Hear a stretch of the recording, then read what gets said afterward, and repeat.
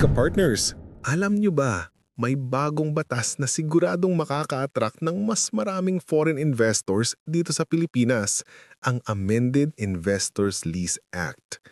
Ang Investors Lease Act o Republic Act 7652 ay isang batas na nagpapahintulot sa mga foreign investors na mag-lease o magrenta ng private land sa bansa. Alam naman natin na bawal sa mga foreigners na mag-own ng lupa directly, pero sa batas na ito, nagkaroon sila lang legal way para makapag-invest sa long-term projects. Dati, hanggang 75 years lang ang lease, 50 years plus 25 years renewal. Pero dahil sa bagong amendment na Republic Act 12252, pinalawig na ito hanggang 99 years. Ibig sabihin, mas mahaba na ang panahon ng paggamit, mas stable ang mga long-term projects, at mas competitive na tayo kumpara sa ibang Asian countries. Pero syempre, hindi ito basta-basta.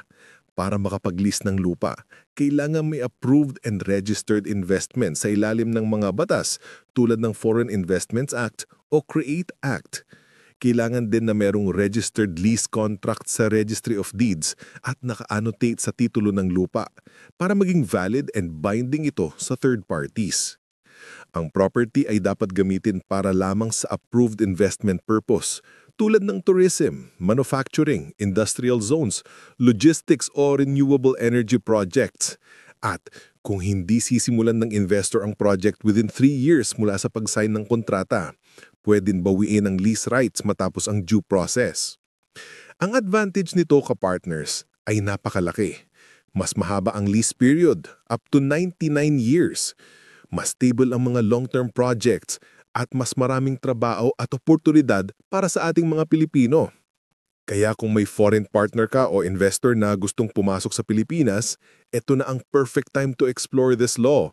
Basta siguraduhin lang na legal, registered at sumusunod sa tamang proseso para hindi magkaroon ng problema sa hinaharap.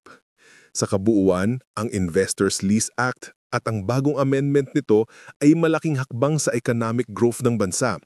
Mas tiyak ang negosyo, mas tuloy-tuloy ang development at mas maraming foreign confidence sa Pilipinas. Para makagawa pa kami ng mga ganitong videos, don't forget to like, share, and subscribe para updated kayo sa mga real estate laws, property tips, at investment guides.